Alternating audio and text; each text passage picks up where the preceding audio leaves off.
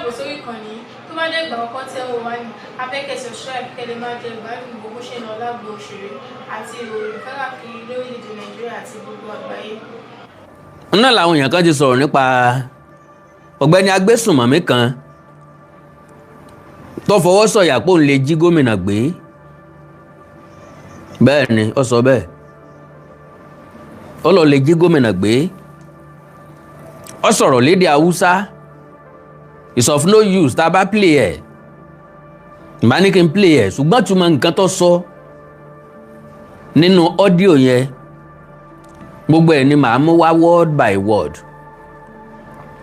àwọn nǹkan tó sọ ìṣẹ̀lẹ̀ ìtọ́jọ́ wá lójú dàbí alára torí èmi àtẹ̀yìn mọ̀ wípé àwọn tí ń ṣe alámí fáwọn agbésùnmọ̀mí afẹ̀mí ẹni ṣòfò wọ́n pọ̀ nínú iléeṣẹ́ ológun tẹ́lẹ̀ látọdún tán ti bẹ̀rẹ̀ láti mọ̀ bó ṣe rí bẹ́ẹ̀.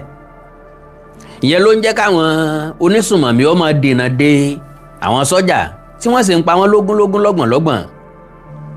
ǹtọ́ wá jẹ́ bànújẹ́ ọkàn fáwa ni pé kọ́wọ́wọ́ bá wá ba ẹni tá a pè lágbésùnmọ̀mí agbébọn rìn àṣekú oró pani ká wá dárí jìn bí ìgbà tó rí òde ọmọ ìwúlò àwọn tí ń jà fitafita kálàáfíà ó lè jọba ká lè fẹ̀dọ̀ lórí òróòro ni bí ìgbà tó orílẹ̀-èdè kan máa ń fi ẹ̀mí àwọn aláìṣẹ̀ ṣòfò because àwọn sọ́jà yìí kọ́ ló dáràn àwọn tí wọ́n ń pààyàn káàkiri ní tí wọ́n fẹ́ kò sẹ́ńtọ́ mọ́ kò dẹ̀ sẹ́ńtọ́ fẹ́ mọ̀ torí pé nìkan ò kàn lè déédéé jí níjìnjì orí ẹni kọ́sọ̀pọ̀ ọmọlàkejì ń lo ohun níjí ó nísinmi so gbogbo wa ti wà nínú ẹ̀ ó ti ń tó bí ọjọ́ méjì mẹ́ta now ọ̀pọ̀ ọ̀gá ológun ni wọ́n ti gbé tí wọ́n ti gbẹ̀mí wọn a gbìyànjú láti fígọ̀ àwọn nǹkan kan house kí ló dé tó fi rí bẹ́ẹ̀ bó ni wọ́n ṣe rí ṣe bẹ́ẹ̀ eléyìí tó ṣẹlẹ̀ kẹ́yìn òun náà ni ti ọ̀gá ológun tí wọ́n gbé lọ́nà Katsina wọ́n gbóhùn àtìyàwó ẹ̀ níbi tí wọ́n ti ń lọ síbi ayẹyẹ ìgbéyàwó kan nínú ọ̀dọ̀ wọn náà lọ̀gá ológun ọ̀hún kú sí wọ́n gbókù ẹ̀ ránṣẹ́ sí gómìnà ìpínlẹ̀ Katsina wọn ò fìyàwó ẹ̀ lẹ̀ àwọn ológun tọpa ìyàwó ó kù dẹ̀dẹ̀ kí wọ́n ó débẹ̀ àwọn agbésùnmọ̀mí yìnbọn fún ìyàwó ọ̀gá sọ́jà ọ̀hún lóòótọ́ ńlá àwọn ológun rí rescue ṣùgbọ́n àwọn ò láǹfààní láti mú kankan nú àwọn agbésùnmọ̀mí ìbalẹ̀ bẹ́ẹ̀ bá wá gbàgbé nígbà tí ròyìn yìí jáde ìbéèrè tèmi gangan kọ́kọ́ béèrè ni pé bó o làwọn sọ́jà ṣe mọ̀ wípé bẹ́ẹ̀ gangan làwọn ajínigbé yìí wà ó túmọ̀ sí pé plan work ni ẹ wá bá wa nbí báyìí la wà nbí báyìí la gbókù sí lọ́jẹ́ kí wọ́n rókù ọ̀gá sọ́jà yẹn gbé because eléyìí tí wọ́n pa nínú igbó Odòyọ National Park olùkọ́ tí wọ́n dú lọ́rùn àárí eégún tí ń jájí kẹ̀ látọjọ́ náà kò sẹ́ńtọ́ sọ pé ó rìn nínú igbó yẹn òun wá bá òkú kan pàdé ńbẹ̀ ó túmọ̀ sí pé ẹni ẹlẹ́ni ti wọgbó àwọ̀rá ó ti rá sínú igbó yóò sì rà sínú igbó ẹni tó kú la tó ń sọ ohun àwọn ọmọ tá a rò pé wọ́n wà láyé wọ́n wà láàyè ńkọ́ kẹ́ni ṣẹlẹ̀ sí wọn lọ́wọ́ lóòótọ́ ara àwọn tó ti pẹ́ jù bẹ́ẹ̀ lọ tá a tó padà rí àwọn kan ò pé mọ́ àwọn tèkìtì wọ́n release wọn after 67 days ọmọ kan kú sọ́dọ̀ wọn after 78 days tó ti wà ń bẹ̀ tí wọn ò fún lóúnjẹ so gbogbo àwọn ilé wà ńlẹ̀ kó tó di pé ìròyìn ọ̀n jáde pé ọ̀gá àwọn agbésùnmọ̀mí kan mọ̀ jáde pé òun o gbogbo àwọn sọ́jà tí wọ́n rán pé kán wá kọlu òun ọmọ òun ni gbogbo wọn o òṣèlè tí wọ́n bí dánú wọn tí yóò ṣe nǹkan kan fóun torí pé wọ́n á ti máa sọ sílẹ̀ pé àwọn ń bọ̀ kó tó di pé wọ́n wà sọ́dọ̀ òun lóòótọ́ ọ̀rọ̀ yẹn gbà kíyèsí gidi but unfortunately àwọn tó yẹ kó sọ̀rọ̀ sí ọ̀sọ̀rọ̀ kankan pa rẹ̀ mo wá ní bí ó rí bẹ́ẹ̀ bí ó rí bẹ́ẹ̀ ó yẹ kó wà lákọọ́lẹ̀ pé nígbà kan lórílẹ̀‐èdè yìí o a rí agbébọn agbésùnmọ̀mí tó lágbára ju ìjọba àpapọ̀ lọ because àwọn èèyàn kan ti jáde béèrè pé ta ní í ṣèjọba gan-an ṣé Bọ́lá Tinubu ni àbáwọn agbésùnmọ̀mí because àṣẹ tí wọ́n múlẹ̀ ju ti ààrẹ orílẹ̀-èdè lọ àwọn ni wọ́n pàṣẹ lójú ẹsẹ̀ iye báyìí la fẹ́ gbà o ẹ máa rá bàbá ẹ máa bẹ̀bẹ̀ ẹ dákun bàbá ọkọ wa ẹ má bínú iye báyìí la rí jẹ iye báyìí la lè rí iye báyìí la ti rí níbo ni a máa kó bọ̀ wọ́n máa state nǹkan tí wọ́n fẹ́ gbà fún ẹni iye báyìí lówó iye báyìí lálùpùpù ọ̀kadà iye báyìí ní noodles iye báyìí lóògùn tẹ́ẹ̀rà wá àpò ìrẹsì wọ́n ń gbà alùpùpù ọ̀kadà wọ́n ń gbà káàṣì ni wọ́n ń gbà wọn àgbà transfer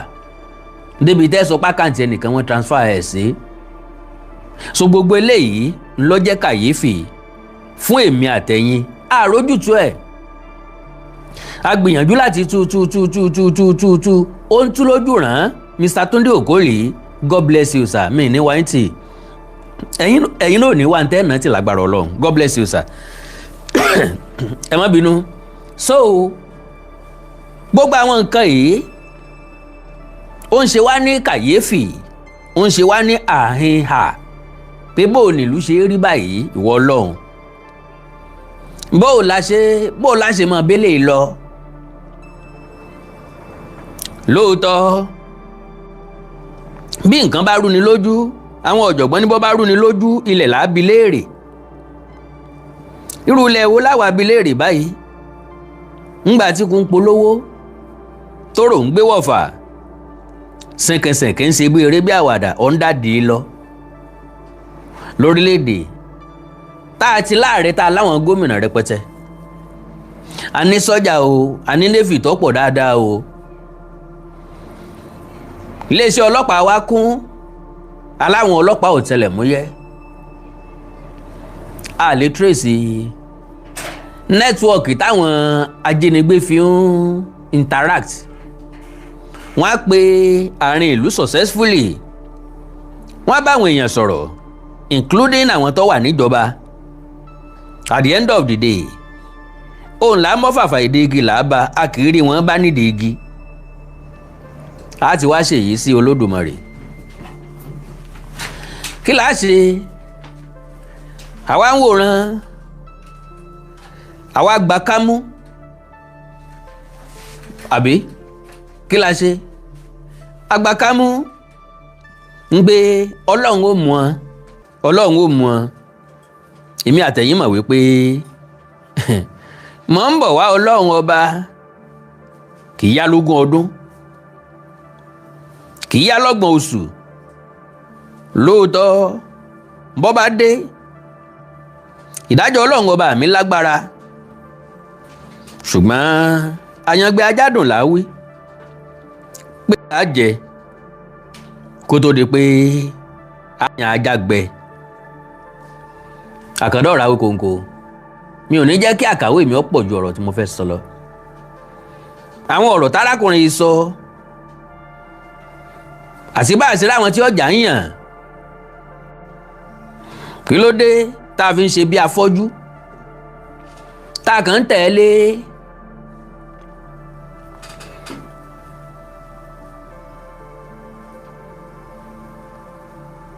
n táwọn olórí wa bá ṣe ọ̀dà kò dáa ọ̀tọ̀nà kò tọ̀nà we are just following them a lè sọ pé blindly tọ́ra alájú ṣùgbọ́n àwọn nǹkan kan ń bẹ àgbà pẹ̀lú ẹ̀rọ wọ́ọ́rọ́wọ́ àgbà ní tìpátìkúùkù àgbà bọ́lọ̀ wọn bá ṣe wí ni so now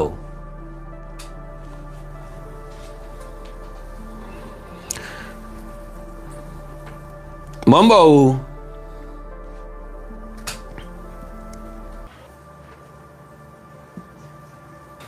now bẹ́ẹ̀ ṣe wọlé òun torí Ọlọ́run bá mi pín program yẹn gẹ́gẹ́ bárakùnrin yẹn ṣe sọ ó ní all security forces sent to attack me are my boys. mo ní ó ṣe rí ńgbà tẹ́ ń wá tẹ́ pé nù torí tẹ́ pé ló ń jà gidijagan tẹ́ pé láfẹ̀míṣòfò tọ́wá lérè mọ́dé lẹ̀ ń ṣe o. gbogbo àwọn tẹ́ ń rán sí mi pé kán máa wá mi káàkiri àbí kán gbẹ̀mí mi àbí kán mú mi láàyè ọmọ kékeré léńjé ni mi àwọn ọmọ tí mò ń ránṣẹ́ káàkiri ni kò dẹ̀ sí nǹkan tí wọ́n lè ṣe fún mi torí gbogbo ìgbà tẹ́ ẹ bá rán wọn á máa sọ fún mi síwájú wọ́n ti sọ fún mi lẹ̀ páwọn ń bọ̀ kẹ́ ẹ bá máa wò ó bí mo ṣe wà yìí o mo lè jí odidi gómìnà gbé o kò tásìkò ni o mo lè já àwọn èèyàn mi gbé ká ẹ fi lẹ̀ ẹ fi wọ́n lẹ̀ késekése lẹ̀ ń rí kàsàkàsà ń bọ̀ lẹ́yìn bàbá késekése ẹ já rìn nínú ọ̀rọ̀ ń pọ̀ díẹ̀ ṣùgbọ́n àmúlẹ́sẹẹsẹ lágbára Ọlọ́run ìtẹ́rọ̀ kingpin Kashala Muhammad gangan lórúkọ rẹ̀ Kashala Maha has claimed that some security operatives deployed against him secretly work for him and leak operational intelligence.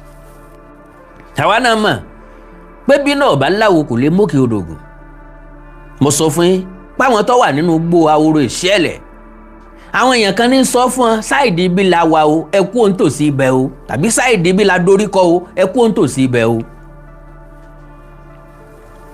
wọ́n ìsọmọ ẹ̀yìn o ọ̀gá nínú iléeṣẹ́ ológun ni wọ́n àwọn tí ẹ máa fún ní instruction ni wọ́n pé ó yá ẹ lọ ṣe báyìí ẹ gbà bí ìwọ ni ó lead wọn lọ àwọn náà ni wọ́n ń fún ọ ká fáwọn yẹn because nínú ikú ńlọrọ oúnjẹ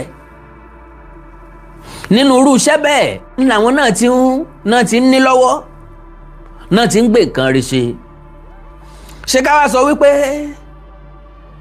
ìjọba orílẹ̀-èdè Nàìjíríà kò tọ́jú àwọn ológun tó irọ́ ìyẹn ò kí ń ṣe excuse because gbogbo ìlérí ẹnikẹ́ni tó bá wà nínú iṣẹ́ ológun ó ní pé mo wá dáàbò bo ilẹ̀ mi mo wá dáàbò bo ẹ̀mí àti dúkìá àwọn èèyàn kò yẹ kó wó involve lóòótọ́ àwọn tí wọ́n jẹ́ bẹ́ẹ̀ nílùú òkèèrè owó gèrègèrè wọ́n ń gbà wọ́n ń tọ́jú wọn dáadáa kò sí ní tó burú bí Nàìjíríà náà bá tọ́jú wọn dáadáa ṣùgbọ́n wàá burú ìwà jẹbánu tó kún ọwọ́ gbogbo wa ni ò jẹ́ kílẹ̀ yóò tò àwọn tí ń bàjọba jà wọ́n lágbára ju ìjọba lọ ìjọba ọkàn máa ṣèlérí asán ìlérí ahọ́n ìlérí òfo lásán ni. So according to him Maha, who has been linked to ìkọlù burúkú in Katsina communities, made the claim in a viral audio recording in which he reportedly spoke in Hausa ló fi sọ̀rọ̀. I have the audio recording with a government-linked figure addressed as comrade. In the recording, Maha alleged that he receives advanced information on military operation, including plans involving the presidency. Can you imagine? Ààrẹ orílẹ̀-èdè yìí ní láti wà very very careful pẹ̀lú àwọn tó kó rọra pẹ̀lú àwọn tó fẹ̀mí tẹ̀. Àwọn kan ti sọ nígbà kan rí páwọn tí wọ́n jọ wà nínú ìjọba olórí ọ̀gá olùdásílẹ̀ àtàwọn agbódegbà àti bàbá ìsàlẹ̀ àwọn ikọ̀ afẹ̀míṣòfò ni wọ́n. Well, he said, and I quote, "I swear to God Almighty, all the security forces being sent to call me, to call my camp, are my boys. They inform me anytime they are coming. They inform me anytime they are coming." Okay o, during the conversation, because nínú ọ̀rọ̀ yẹn òun àtẹnìkan ni wọ́n jọ ń sọ̀rọ̀ bóyá nìyẹn ló pé ló mú ọ̀rọ̀ yìí jáde tàbí òun gangan ló pe ẹni yẹn ló ń ṣàlàyé ọ̀rọ̀ fẹ́ nìyẹn àwọn méjì sáwọn ń sọ̀rọ̀ Haúsá wọn dẹ̀ ń sọ. During the conversation, the government-linked figure appealed to Maha to embrace peace and stop attacks on communities. ẹni tó jẹ́ government figure yẹn bó ló ṣe ní nọ́mbà Kàṣàlà ṣé wọ́n send ẹ̀ sí ni bó ló ṣe ní nọ́mbà ẹ̀ bó ló ṣe pé tó fi rí pic tí wọ́n fi jọ ń sọ̀rọ̀. Alright, ẹ ti rójú olè ẹ̀ mú. He said, and I quote, "Well, God knows." The comrade said, "Look at the efforts and struggle I have been making so that peace can return to this area after everything that happened. But you hardened your heart and refused."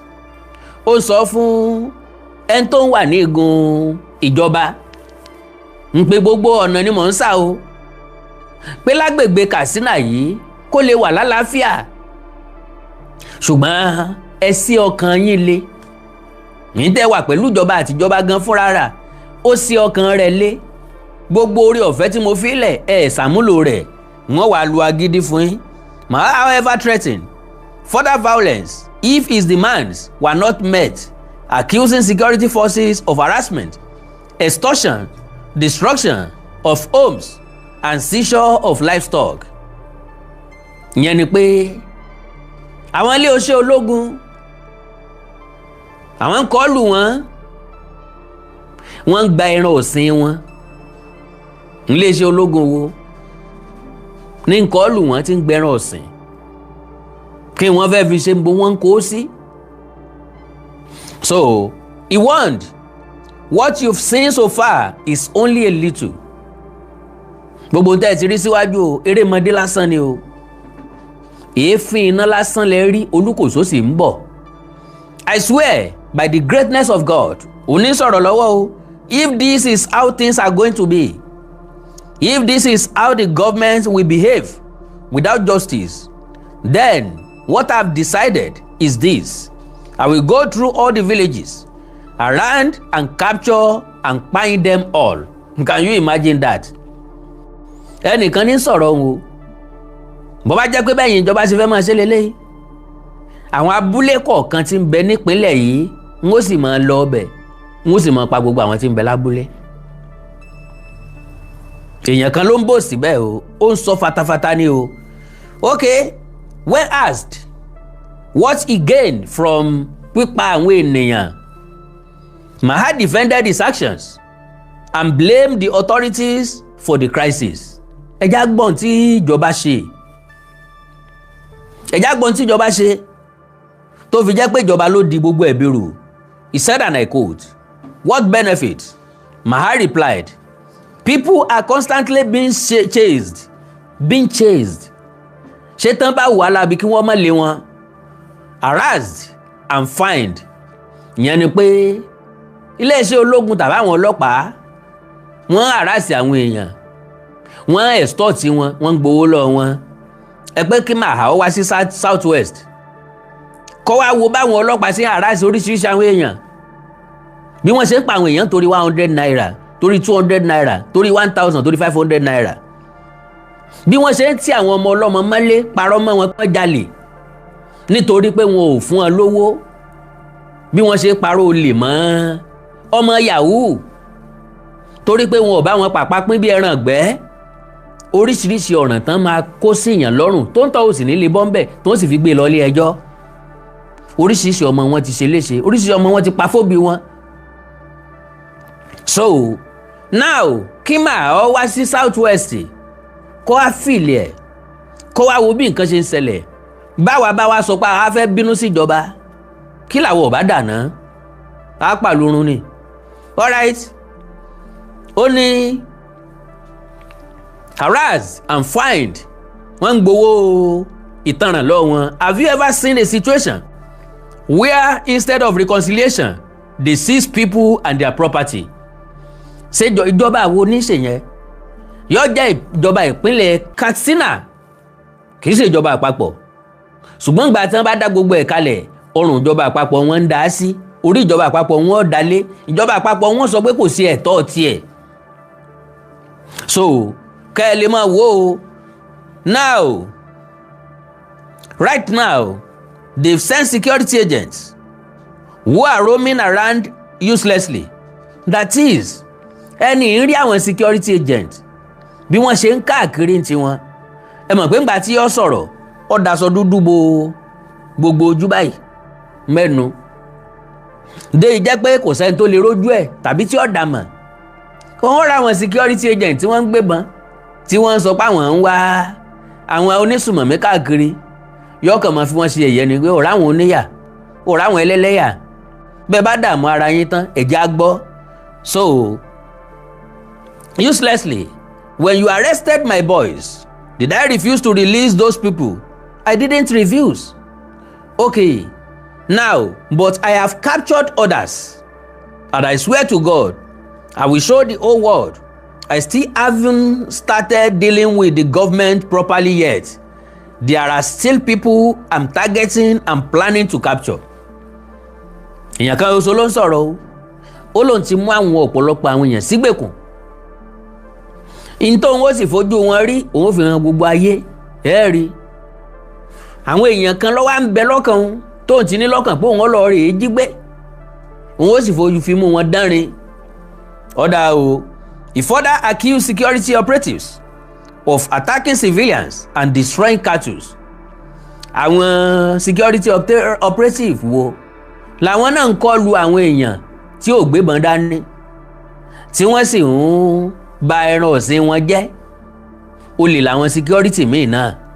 Now he said, and I quote, "Since these security agents have come and are destroying homes and driving people away, and they've even shot our cattle, then I have no choice but retaliation. They have destroyed our property, so we will also destroy theirs." Wọ́n bà nǹkan ní wa jẹ́, àwa náà bà tí wọ́n jẹ́. Ìbéèrè mi wá lélẹ́yìí. Bọ́n bá fẹ́ bà nǹkan ní wọn jẹ́, ṣé tàwọn security ni wọ́n ń bà á jẹ́? Àbí tàwọn èèyàn ẹlẹ́ran ara bíi tiwọn, àwọn aláìní bíi tiwọn, àwọn mẹ̀kúnnù bíi tiwọn? Bẹ́ẹ̀ yẹn bá lóun ọba property ìjọba jẹ́, ọmọ bíi tí iléeṣẹ́ ìjọba wà. Òun ló yẹ kẹ́ ẹ kọlù kìí sàwọn ẹni ẹlẹ́ni, kìí ṣe ń tó kọ́ yàrá méjì, ń tó kọ́ yàrá mẹ́ta, ń tó kọ́ yàrá kan, tó jẹ́ pé wọ́n kàn fẹ́ lẹ́dàá wọn síbẹ̀ lásán. Ibẹ̀ ń kọ́lẹ̀ tó máa wọ̀, kọ́lẹ̀ mọ̀ dáná sunlé, kọ́lẹ̀ mọ̀ gbẹ̀mí wọn. Bẹ́ẹ̀ bá ti rí máàsì ìjọba ẹ̀ wò, bẹ́ẹ̀ bá ti rí iléeṣẹ́ ìjọba ẹ̀ dá lulẹ̀. Ṣùgbọ́n àwọn ẹni ẹlẹ́ni tẹ́ tó ń kọlù yẹn ti ń jẹ́. Now, only they have destroyed our property, so we will also destroy theirs. Why should they come and harass people, loot them? And security agents, loot them and burn our houses. Everybody knows what happened wasn't fair. Okay, ntẹ́mi rò níbẹ̀ ni pé bí ìjọba bá ti rí pé ìyà yín làwọn bá ń dínkùra wọn sí, wọn ò ní fi bẹ́ẹ̀ lẹ̀, wọ́n máa level ẹ̀ ni. Gbogbo létí bẹ́ẹ̀ wọ́n máa bìlulẹ̀, wọ́n máa wó. And that is normal thing. Lójú òye tèmi o, ìjọba ò lè pé ibi náà ń kóra wọn sí kí ìjọba wá filẹ̀ kan wá lọ, wọ́n ò tún padà wá bẹ́ẹ̀. So the comrade again challenged the justification for the pípáyín. He said, and I quote, "Those people you are pa, àwọn èèyàn tẹ́ ń pa, what offence did they commit?" That is my question too. Sọ́jà ní ń kọjú ìjà sí, àwọn tí ò lágbára lẹ́yìn ń kọjú ìjà sí. Ìjọba kọ́ lẹ̀ ń bá jà, àwọn ẹni ẹlẹ́ni ń dẹ̀mí wọn légbodò. Tọrọ ọmọ Tinubu ò sí ń bẹ̀, ọmọ gómìnà ìpínlẹ̀ Katsina ò sí ń bẹ̀, ọmọ sẹ́nẹ́tọ̀ kankan ò sí ń bẹ̀. So ìjọba kọ́ lẹ̀ ń bá jà, àwọn ẹni ẹlẹ́ni náà lẹ̀ ń bá jà, ara yín náà lẹ̀ ń gún lọ́bẹ. So Maha answered by accusing residents of collaborating with security operatives. Ẹ dákun, kí làwọn residents yóò sọ pẹ̀lú ìjọba tí wọn ò fi ní sọ́pọ̀tì ìjọba? Wọ́n nítorí pé wọ́n fọwọ́sowọ́pọ̀ pẹ̀lú ìjọba. Everybody níjọba ti ń sọ, everywhere níjọba ti ń sọ wípé ẹ má gbàbọ̀dè fúnra yín nínú ìlú, bẹ́ẹ̀ bá rí, bẹ́ẹ̀ bá gbọ́, ẹ tètè wí fún ìjọba. Àwọn aráàlú ò jẹ̀bi, ìjọba náà ló lè gbà wọ́n kalẹ̀. All right. Only their offense They were the ones who called and reported us. Ṣé wọ́n máa wò ìran ni kí wọ́n máa pàtẹ́wọ́ fún yín pé n tẹ́ ẹ ṣe ló dáa? Àbí bẹ́ẹ̀ kọ́? He claimed they pointed out where the women were hiding. They are the reason the women were paying. Okay, wọ́n pa àwọn ìyàwó wọn. Ó láwọn aráàlú ló tọ́ka pé àwọn ìyàwó àwọn nù o. Wọ́n sì pa wọn. When asked who provided him with such intelligence, the terror leader revealed the existence of informants allegedly embedded across communities and security structures. Wọ́n lágbódegbà. Wọ́n ní alámí láàrin ìlú, láàrin àwọn iléeṣẹ́ ológun. N tó fún wọn lórí ọ̀fẹ́ láti ríṣẹ́ wọn ṣe lélẹ́yìí. He said, and I quote, "I have guarantees. People from their own town informed us. You know very well that throughout this area, we have our own informants. We don't just attack people without certainty. Those people in Mushali were specifically involved." Ẹ mọ̀ ń pa ẹni ńlọ́jà dẹ́mi wọn légbodò. The comrade pleaded with him to stop ìpànìyàn. Ẹ fòpin sí kinní yìí bẹ́ẹ̀ ṣe ń pa àwọn èèyàn káàkiri ọ̀dà. He said, and I quote, "Please fear God. Ìpànìyàn everywhere will never bring a solution." But Maha responded bitterly, "You people are only after money." Owó nìkan lẹ́yìn mọ̀, ilẹ̀ tó mọ̀ lẹ́yìn owó. The government link figure then insisted that justice must be done fairly and warned that selective treatment was worsening the crisis. He said, and I quote, "If justice is done for me, even if everyone else suffers injustice, I won't complain as long as justice is done," the comrade stated. Kashala then made one of the most alarming revelations in the conversation, alleging widespread compromise among security officers. He said, and I quote, "Tell me honestly before God, among the security officers I talk to, is there any who doesn't secretly give me information or work with one side or another?" Can you imagine that? Everything that happened shows you people only defend your own side. If your advice had been respected, things wouldn't have gotten this hard, this bad. But your people failed, and when complaints are taken to the authorities, nobody listens. So who should I turn to? Now, ẹ já wò dáadáa. Àwọn agbésùnmọ̀mí náà ní point o. Honestly, to the best of my understanding, wọ́n ní point. Problem wa làwọn tá a fi ṣolórí tí wọ́n ń bẹ níjọba. Irú ẹ̀ ní situation ti ìpínlẹ̀ Ọ̀yọ́. Àní fáwọn agbésùnmọ̀mí lówó, àní fáwọn agbésùnmọ̀mí lówó, àní ṣe tí wọ́n fẹ́ fún wọn, ọ̀ǹtì tí wọ́n gbá tó bà nǹkan jẹ́. Jìnnàjìnnà, at the end of the day, ẹ padà tó fún wọn lówó ni, but ẹ ní lè sọ fún wa mọ́. Because àwọn tó mú yàn dání wọn ní yọ̀ǹda wọn láì gbà tán fẹ́ gbà. Okay, kí wá ló máa jẹ́ àǹfààní wọn gbà tán bá ti mú yàn fódìdí oṣù méjì tán wá yọ̀ǹda ẹ̀ lọ́fẹ̀ẹ́, ta ló lùsì? Ṣé wọ́n dẹ̀ máa fẹ́ lùsì bẹ́ẹ̀? Ọlọ́run ràn gbogbo wa lọ́wọ́. Now, gẹ́gẹ́ bí n tárakùnrin sọ fún wa ni pé bí nǹkan bá ṣẹlẹ̀ táwọn wá sọ̀rọ̀, bí wọ́n bá sọ fún ìjọba, ìjọba ò ní gbégbésẹ̀ kankan. Bí ìjọba ò bá sì gbégbésẹ̀ kankan, n táwọn ò fi jẹ́ kí ìjọba ó gbégbésẹ̀ ní káwọn fi ẹ̀mí aláìṣẹ̀ di. Nbo là ń bọ́ orílẹ̀-èdè yìí lọ. All right, so the comrade argued that authorities stopped listening because the terrorist group repeatedly rejected peace initiatives. Pé tí ó jẹ́ kí ìjọba sọ̀rọ̀ nù.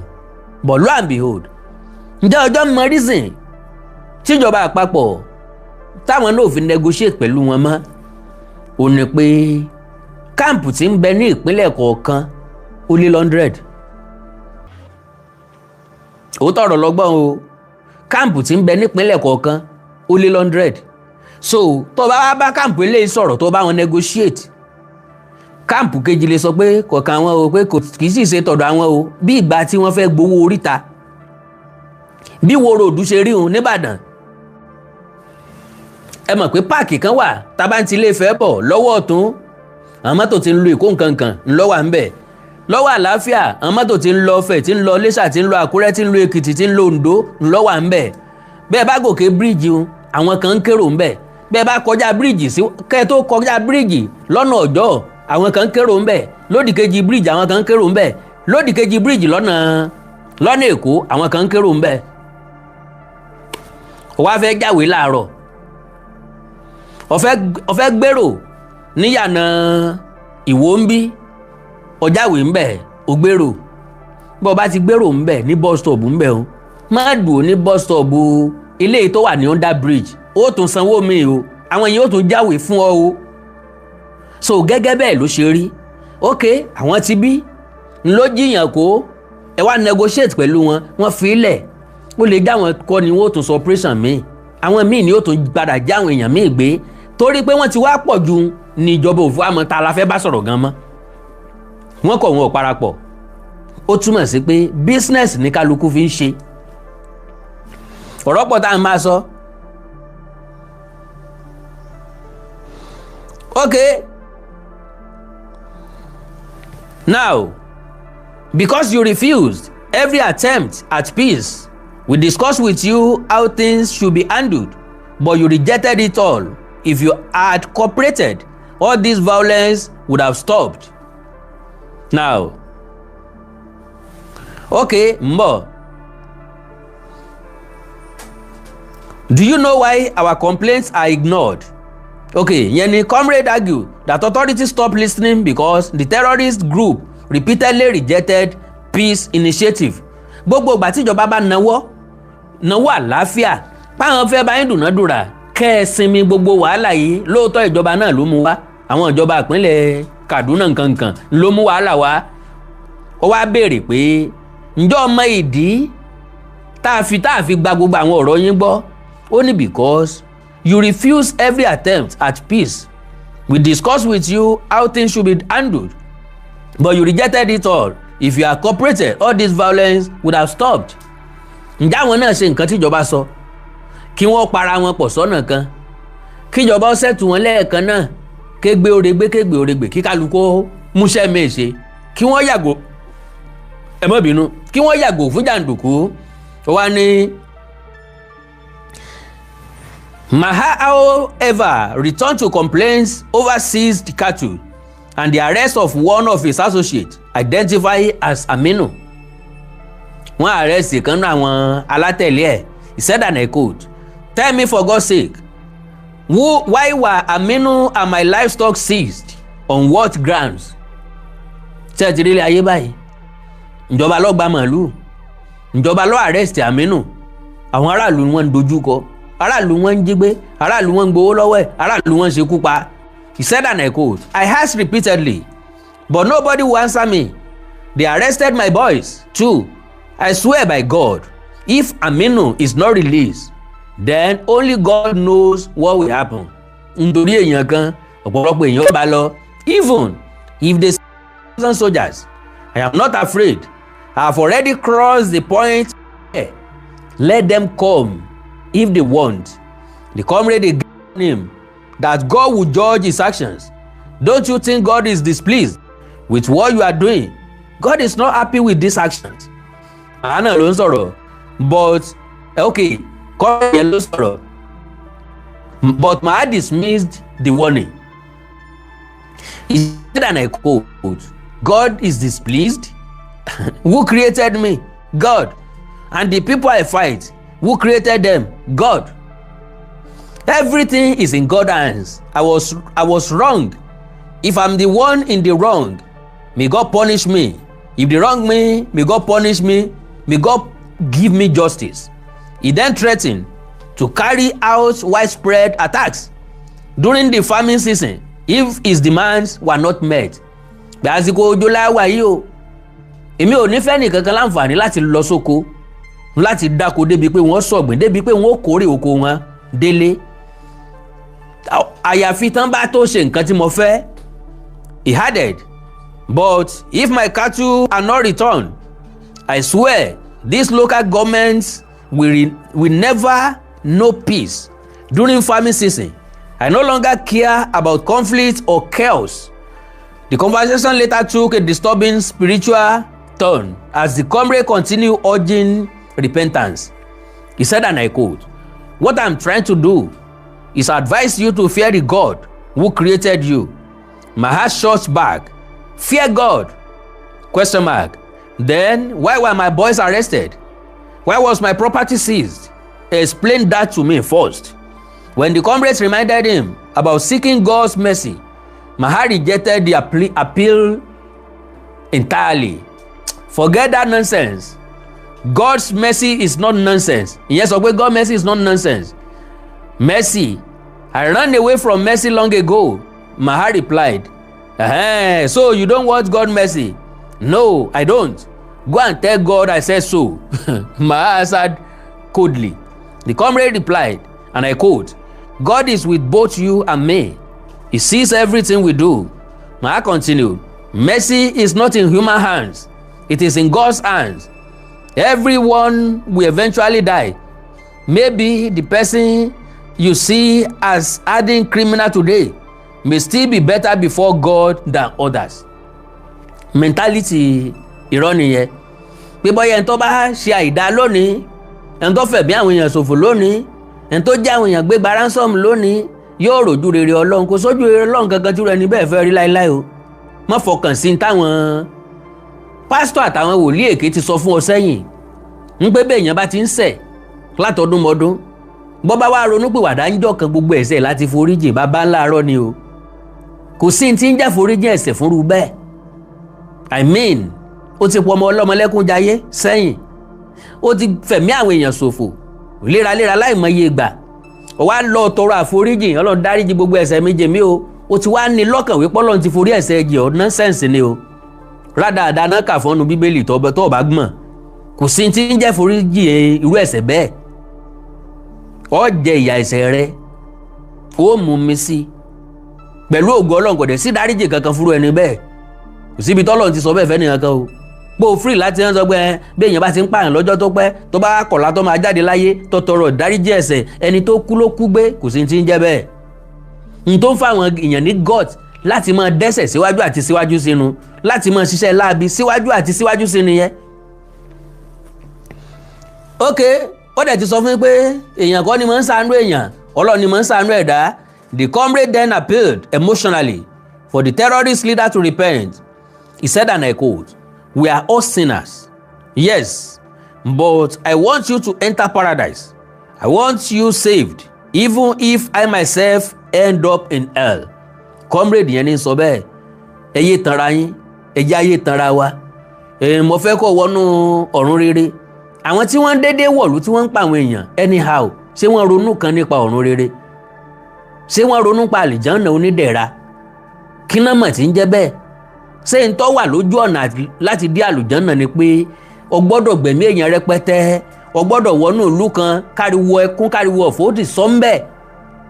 Kó dédé máa pa àwọn aláìṣẹ̀ kó nítorí pé gọ́ọ̀mẹ̀ntì fìyà kan jẹ ọ́ àbí wọ́n gba nǹkan ní ẹ. Ó ṣe fèsì gọ́ọ̀mẹ̀ntì tó gba nǹkan ní ẹ. Wáyé pípa àwọn èèyàn bọ́ bá tiẹ̀ sì mú wọn ń gbèkùn tó wá ní ọ̀dà o ẹ fà àwọn nǹkan ní ìmílẹ̀ o wọ́n yọ̀ǹda ẹ̀wọ̀n tẹ́ ẹ kó ẹ bá ń kó wọn síbi báyìí eléyìí ń jọ̀rọ̀. So now my softening briefly replying, "No, I don't say that. May both of us receive God's mercy." Bó bá fẹ́ receive God's mercy, release àwọn tó kó yìí, jẹ́ káwọn gangan ráàánú tiẹ̀ gbà, then ìwọ náà máa ráàánú Ọlọ́run gbà. The government link figure continued pleading with him to stop ìpànìyàn. He said, and I quote, "I swear, if you report today and stop this ìpànìyàn, so people can..."